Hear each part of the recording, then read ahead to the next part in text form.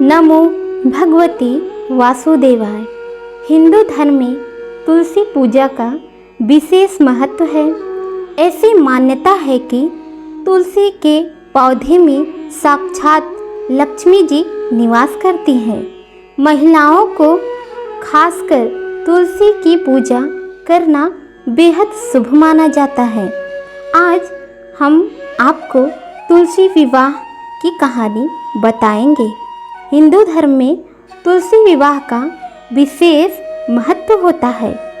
इस दिन को देव उठनी एकादशी या देवोत्थान एकादशी के नाम से भी जाना जाता है।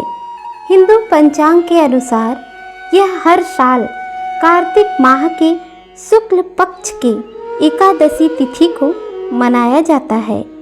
ऐसी मान्यता है कि इस दिन भगवान विष्णु 4 महीने के बाद योग निद्रा से उठते हैं।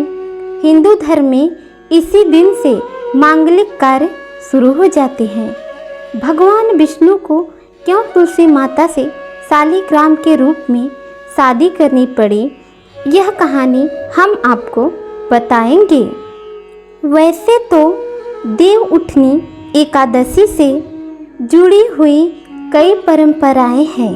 ऐसी ही एक परंपरा तुलसी और शालिग्राम विवाह की है। शालिग्राम को भगवान विष्णु का ही एक स्वरूप माना जाता है। तुलसी शालिग्राम का विवाह क्यों होता है, इसकी एक कथा शिव पुराण में मिलती है, जो इस प्रकार है। शिव पुराण के अनुसार पुरातन समय में दैत्यों का राजा दंभ था। वह विष्णु भक्त था। बहुत समय तक जब उसके यहाँ पुत्र नहीं हुआ तो उसने दैत्यों के गुरु शुक्राचार्य को गुरु बनाकर उनसे श्री कृष्ण मंत्र प्राप्त किया और पुष्कर में जाकर घोर तप किया। उसकी तपस्या से प्रसन्न होकर भगवान विष्णु ने उसे पुत्र होने का वरदान दे दिया। भगवान विष्णु के वरदान स्वरूप दंभ के यहाँ एक पुत्र का जन्म हुआ। वास्तव में वह श्री कृष्ण के पार्षदों का अग्रणी सुदामा नामक गोप था, जिसे राधा जी ने असुर योनि में जन्म लेने का श्राप दे दिया था। इसका नाम था शंखचूड़। जब शंखचूड़ बड़ा हुआ तो उसने पुष्कर में जाकर ब्रह्मा जी को प्रसन्न करने के लिए घोर तपस्या की। शंखचूड़ की तपस्या से प्रसन्न होकर ब्रह्मा जी वहाँ प्रकट हुए और उन्होंने उसे वर मांगने के लिए कहा। तब शंखचूड़ ने वरदान मांगा कि मैं देवताओं के लिए अजय हो जाऊं।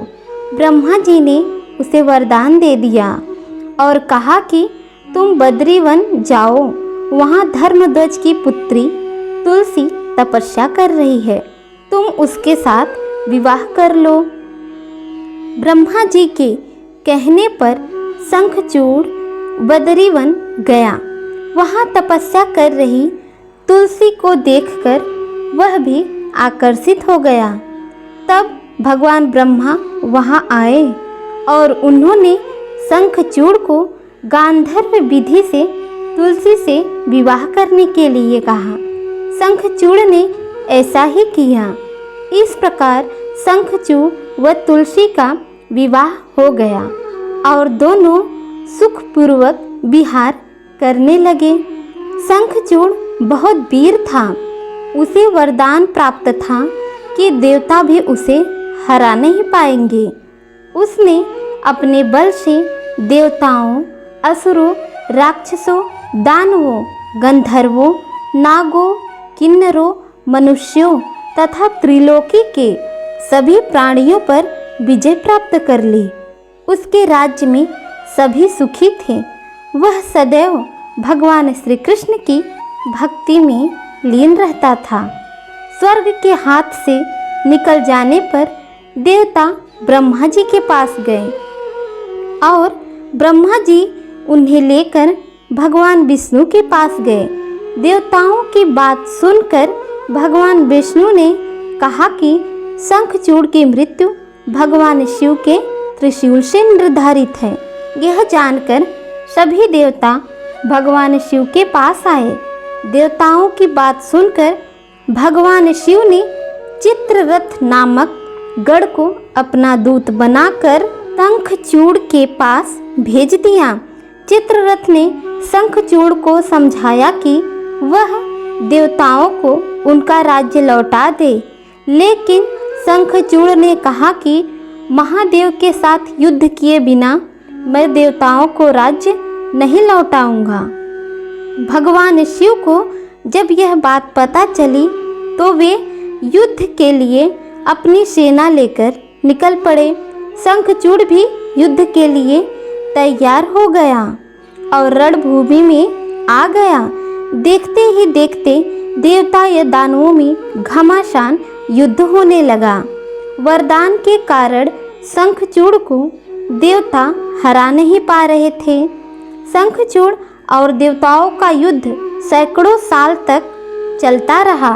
अंत में भगवान शिव ने शंखचूड़ का वध करने के लिए जैसे ही अपना त्रिशूल उठाया, तभी आकाशवाणी हुई कि जब तक शंखचूड़ के हाथ में श्री हरि का कवच है, उसकी पत्नी का सतीत्व खंडित नहीं है, तब तक इसका वध संभव नहीं है, क्योंकि इसकी पत्नी का सतीत्व अखंडित है। फिर आकाशवाणी सुनकर भगवान विष्णु वृद्ध ब्राह्मण का रूप धारण कर शंखचूड़ के पास गए और उससे श्री हरि कवच दान में मांग लिया। शंखचूड़ ने वह कवच बिना किसी संकोच के दान कर दिया। इसके बाद भगवान विष्णु शंखचूड़ का रूप बनाकर तुलसी के पास गए। वहां जाकर शंखचूड़ रूपी भगवान विष्णु ने तुलसी के महल के द्वार पर जाकर अपनी विजय होने की सूचना दी। यह सुनकर तुलसी बहुत प्रसन्न हुई और पति रूप में आए भगवान का पूजन किया व रमण किया। तुलसी का सतीत्व भंग होते ही भगवान शिव ने युद्ध में अपने त्रिशूल से शंखचूड़ का वध कर दिया। कुछ समय बाद जब तुलसी को ज्ञात हुआ कि यह मेरे स्वामी नहीं है, तब भगवान अपने मूल स्वरूप में आ गए। अपने साथ छल हुआ जानकर शंखचूड़ की पत्नी तुलसी रोने लगी। उसने कहा, आज आपने छल पूर्वक मेरा धर्म नष्ट किया है और मेरे स्वामी को मार डाला। आप अवश्य ही पाषाण हृदय हैं, अतः आप मेरे श्राप से अभी पृथ्वी पर पाषाण होकर रहें। तब भगवान विष्णु ने कहा, हे देवी, तुम मेरे लिए भारतवर्ष में रहकर बहुत दिनों तक तपस्या कर चुकी हो। अब तुम इस शरीर का त्याग करके दिव्य देह धारण करो, मेरे साथ आनंद से रहो। तुम्हारा यह शरीर नदी रूप में बदलकर गंडकी नामक नदी के रूप में प्रसिद्ध होगा। तुम पुष्पों में श्रेष्ठ तुलसी का वृक्ष बन जाओगी और सदा मेरे साथ रहोगी। तुम्हारे श्राप को सत्य करने के लिए मैं शालिग्राम बनकर रहूँगा। गंडकी नदी के तट पर मेरा वास होगा। नदी में रहने वाले करोड़ों कीड़े अपने तीखे दांतों से काट काट कर उस पाषाण में मेरे चक्र का चिन्ह बनाएंगे। धर्मालुजन तुलसी के पौधे व शालिग्राम शिला का विवाह कर पुण्य अर्जित करेंगे। परंपरा के अनुसार देव प्रबोधनी एकादशी के दिन भगवान शालिग्राम व तुलसी का विवाह संपन्न कर मांगलिक कार्यों का प्रारंभ किया जाता है। मान्यता है कि तुलसी शालिग्राम विवाह करने से मनुष्य को अतुल्य पुण्य की प्राप्ति होती है। भगवान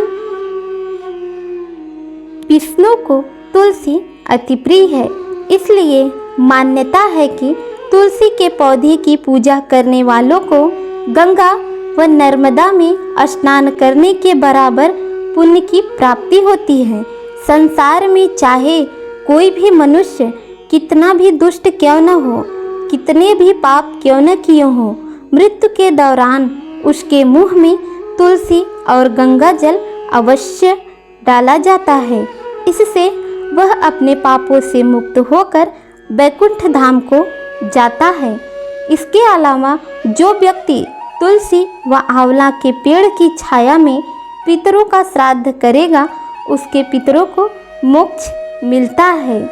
इस प्रकार आप सभी को मैंने तुलसी विवाह और शालिग्राम की कहानी सुनाई।